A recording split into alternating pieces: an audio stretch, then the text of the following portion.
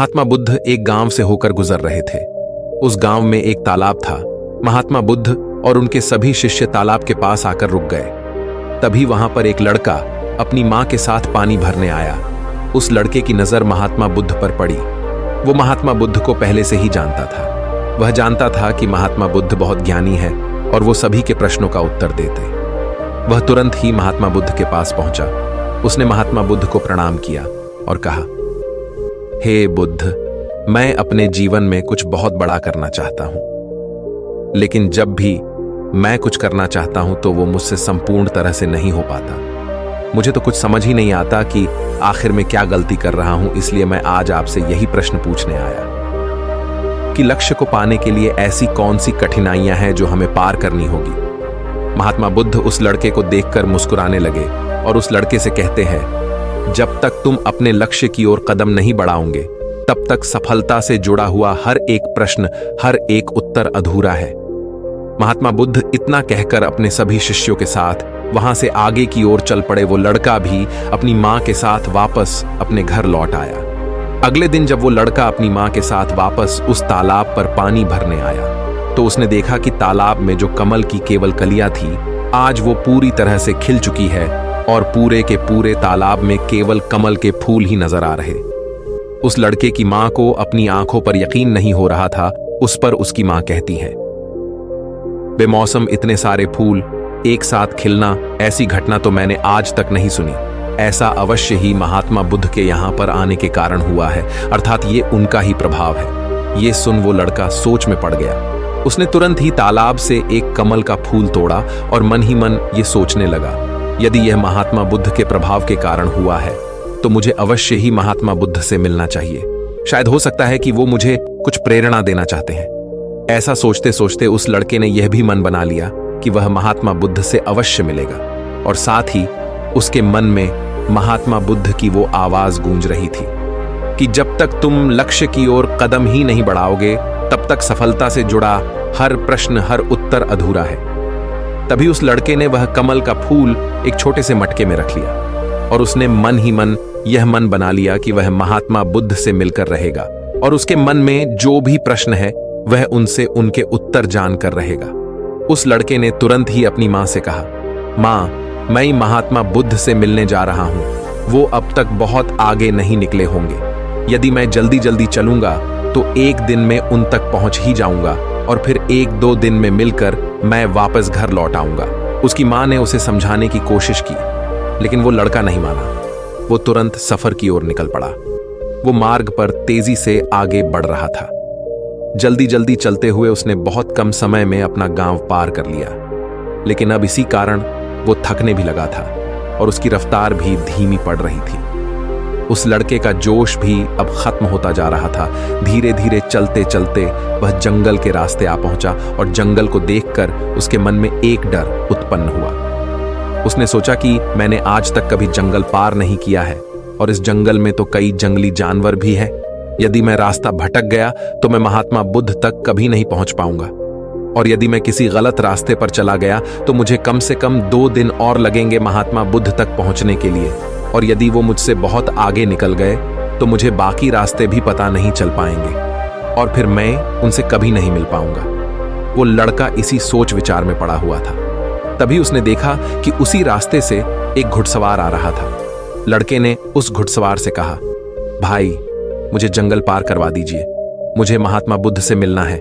मुझे ये कमल उन्हें देना है। क्या आप मुझे जंगल पार करवा सकते हैं? इस पर सवाल कहता है, बेटा देखो, मैं तुम्हें ले तो नहीं जा सकता, लेकिन मैं तुम्हारी मदद जरूर कर सकता हूं। यदि तुम चाहो तो यह कमल वाला मटका मुझे दे दो, मैं इसे महात्मा बुद्ध तक पहुंचा दूंगा।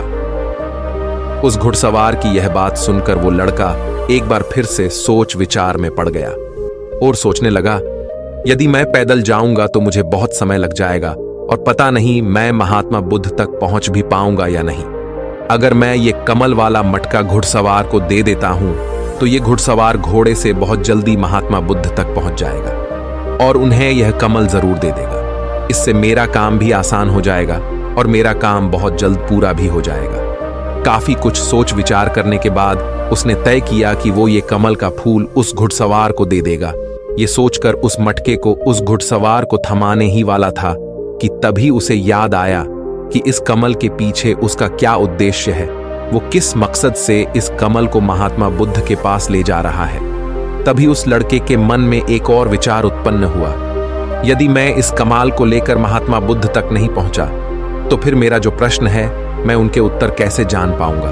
और हो सकता है कि मुझे मेरे जीवन में बस ये एक ही मौका मिला है जिसमें मैं महात्मा बुद्ध से मिल सकता हूं और अपने सभी प्रश्नों के उत्तर पा सकता हूं। हो सकता है कि दोबारा मुझे ये अवसर ना मिले, इसलिए मैं ये मटका नहीं दूंगा। मैं इसे स्वयं ही महात्मा बुद्ध तक पहुंच जाऊंगा। काफी कुछ सोच विचार करने के बाद उसने घुड़सवार से कहा, देखिए, ये मटका तो मैं खुद ही उन तक ले जाना चाहता हूं, क्योंकि मेरा उनसे मिलना बहुत जरूरी है। मेरे मन में कई प्रश्न हैं जो मैं उनसे जानना चाहता हूं, इसीलिए यह फूल मैं ही उन्हें दूंगा। इसलिए कृपया करके मुझे जंगल से बाहर निकलने का रास्ता बता दीजिए, मैं स्वयं ही चला जाऊंगा। इस पर उस घुड़सवार ने उस लड़के को जंगल से बाहर जाने का रास्ता बता दिया और उस मार्ग पर आगे की ओर बढ़ चला। वो जल्दी जल्दी मार्ग में आगे बढ़ रहा था और देखते ही देखते शाम का वक्त भी होने आया था। तभी उस लड़के के मन में एक और विचार आया और वो ये सोचने लगा, यदि शाम के वक्त मैं इस जंगल में भटक गया तो मेरा क्या होगा? मैं महात्मा बुद्ध तक कैसे पहुंच पाऊंगा? और अगर मैं उनसे नहीं मिल पाया तो मेरी यात्रा बेकार हो जाएगी। इससे तो अच्छा होता कि मैं उस घुड़सवार को ही ये मटका दे देता, वह उसे महात्मा बुद्ध तक अवश्य पहुंचा देता। मुझे तो घर लौट जाना चाहिए था, यही मेरे लिए बेहतर होता। इस प्रकार उस लड़के के मन में तरह तरह के विचार उत्पन्न हो रहे थे। ऐसा होगा तो क्या होगा, वैसा हो जाएगा तो क्या होगा, यदि मैं भटक गया तो क्या होगा। तभी उस लड़के ने उस कमल की ओर देखा। उस कमल से ही उसे महात्मा बुद्ध की याद आई। महात्मा बुद्ध के चेहरे पर वो असीम शांति थी, उसे महात्मा बुद्ध की वो मुस्कान याद आई। तभी उसके मन में एक और विचार उत्पन्न हुआ, जिनके आने से हमारे तालाब में इस प्रकार अनेक को फूल खिल गए, जिसके साथ होने से हमारे मन को प्रेरणा मिलती है, जिनके चेहरे पर वो असीम शांति है, जिनसे मिलकर मेरा मन शांत हो जाता है। यदि मैं उनसे मिल पाऊं तो मुझे कितना कुछ सीखने को मिलेगा। ऐसा सोचते ही उसके मन में एक बार फिर से महात्मा बुद्ध से मिलने की प्रेरणा जाग उठी और वो निश्चिंत होकर अपने मार्ग में आगे की ओर बढ़ता चला जा रहा था। काफी दूर आगे चलने के बाद जंगल खत्म होने लगा। तब उसने महसूस किया कि जब जब वो अपनी इस यात्रा का उद्देश्य याद करता है, जब ये याद करता है कि वो महात्मा बुद्ध से क्यों मिलना चाहता है, तब तक उसके राह की मुश्किलें कम होने लगती हैं। और यही वास्तविकता है, यही हम सभी के साथ होता है। फिर चाहे वो कोई छात्र हो या फिर व्यापारी, जब जब इंसान खुद पर शक करता है, खुद पर संदेह करता है, तब तक वह रुकावटें बड़ा रूप ले लेती है। और जब हम अपने लक्ष्य को याद रखते हैं, अर्थात अपना उद्देश्य याद रखते हैं, तब तक वो रुकावटें हमारे सामने छोटी पड़ जाती है और हम उसे आसानी से पार करके अपने लक्ष्य की ओर आगे बढ़ चलते। इस पर उस लड़के ने यह महसूस किया कि उसे अपना लक्ष्य याद रखना है, उसे अपना उद्देश्य याद रखना है और छोटे छोटे कदमों से आगे की ओर बढ़ते जाना है। उसके बाद उस लड़के ने सारी चिंताएं छोड़ दी। वह केवल सफर पे आगे की ओर बढ़ता जा रहा था, लेकिन इस बीच वो चलते चलते काफी थक चुका था। और जैसे ही उसने जंगल पार किया, तभी जंगल के ऊपर उसे एक छोटी सी कुटिया नजर आई। वहां पर एक सुंदर स्त्री रहती थी। लड़का काफी थक चुका था और उसे बहुत जोरों की प्यास लगी थी। वो लड़का उस कुटिया में गया। वहां पर उस स्त्री से उसने पानी मांगा। इस बार उस स्त्री ने उस लड़के को पानी पिलाया। तभी वह स्त्री उस लड़के से कहती है, आखिर तुम महात्मा बुद्ध से क्यों मिलना चाहते हो? इस पर वह लड़का कहता है, मेरे मन में कुछ प्रश्न हैं और मैं उन प्रश्नों का उत्तर जानना चाहता हूं और मेरे पास केवल ये एक ही अवसर है, इसलिए मुझे उनसे मिलना ही है। वह लड़का उसी तरह से अपनी बातें कर ही रहा था। उधर दूसरी तरफ उस स्त्री के मन में उस लड़के के प्रति प्रेम जाग रहा था कि उस लड़के को पसंद करने लगी थी। वो लड़की उस लड़के को रोकना चाहती थी। वो उससे कहती है, आज की रात तुम यहीं रुक जाओ, वैसे भी शाम होने को है और बहुत जल्द रात भी हो जाएगी। ऐसे में तुम कहाँ जाओगे? इससे अच्छा है आज तुम यहीं पर रुक जाओ।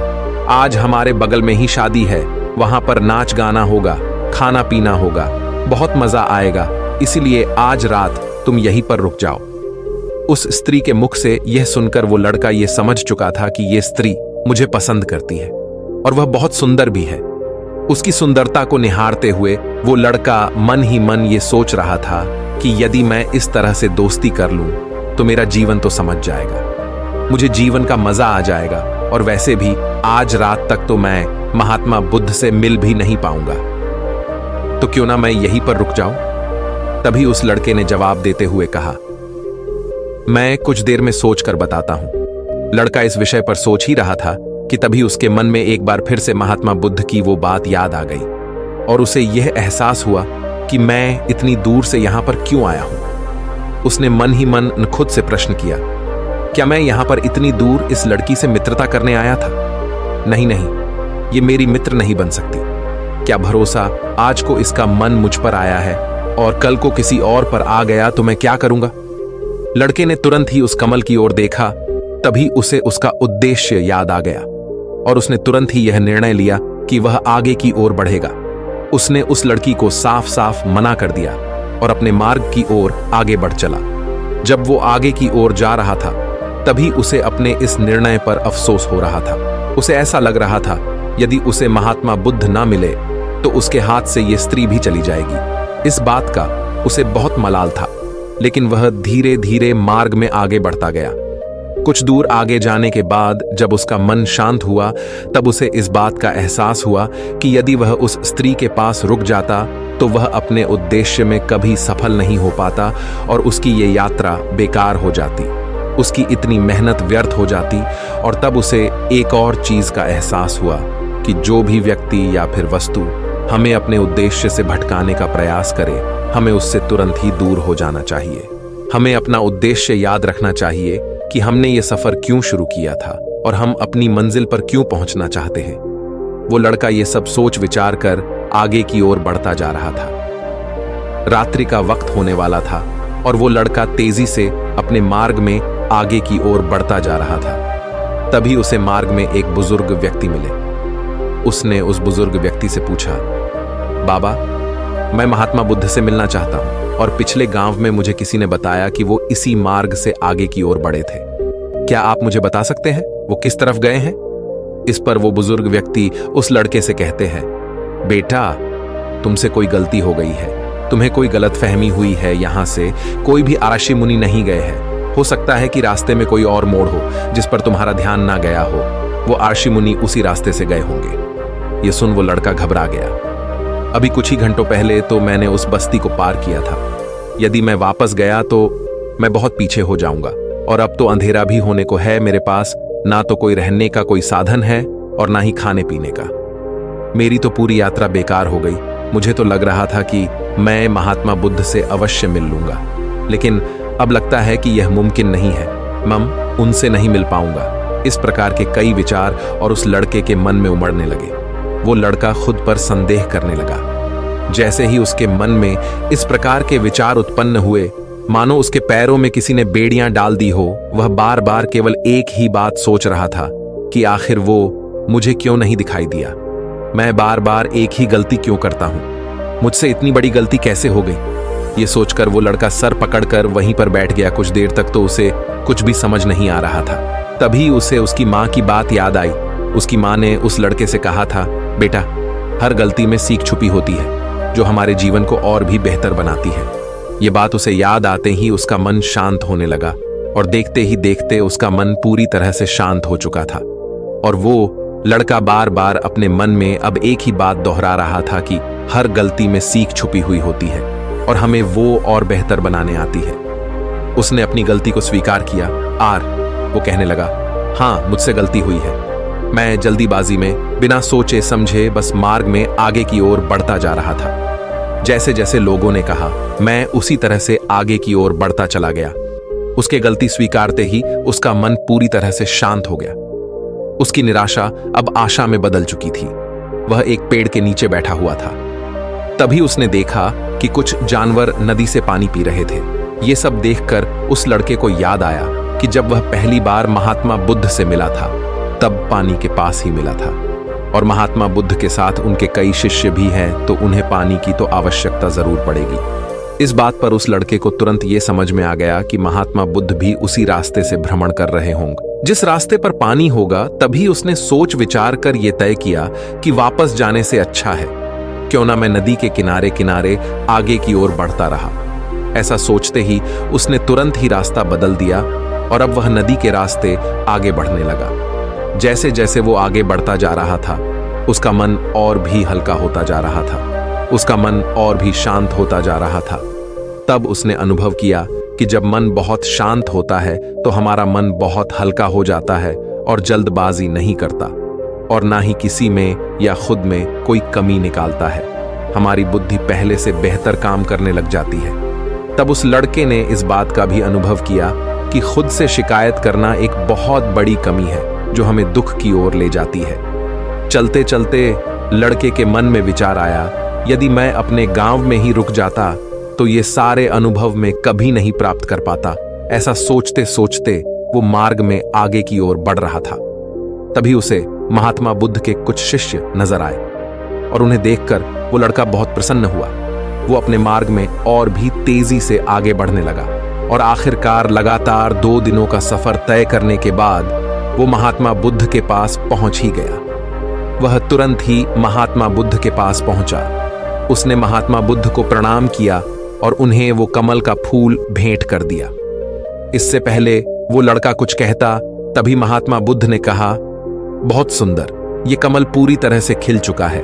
2 दिन पहले ही तुमने मुझसे पूछा था कि लक्ष्य को पूरा करने के लिए इंसान को कौन सी कठिनाइयों को पार करना पड़ता है, लेकिन 2 दिनों बाद तुमने बहुत सारे अनुभव प्राप्त कर लिए हैं। तुम्हारा ये धैर्य और ये मुस्कान देखकर लगता है कि तुमने इस यात्रा में बहुत कुछ सीखा है। इस पर उस लड़के ने यात्रा में घटित हुई हर एक बात महात्मा बुद्ध को बता दी। तभी महात्मा बुद्ध ने उस लड़के से कहा, तुम्हारे मन में जो भी प्रश्न है मैं उनके जवाब तुम्हें जरूर दूंगा। आगे महात्मा बुद्ध कहते हैं, बिना कोशिश के हर चीज जरूरी है। जब इंसान किसी लक्ष्य के लिए उस रास्ते पर चलता है तब सबसे पहले वह अपने अनुभव से ही सीखता है और जब धीरे धीरे उसका विवेक जागृत होने लगता है, उसकी बुद्धि काम करने लगती है, तब दूसरे के अनुभव और दूसरों की गलतियों से भी सीखने लगता है।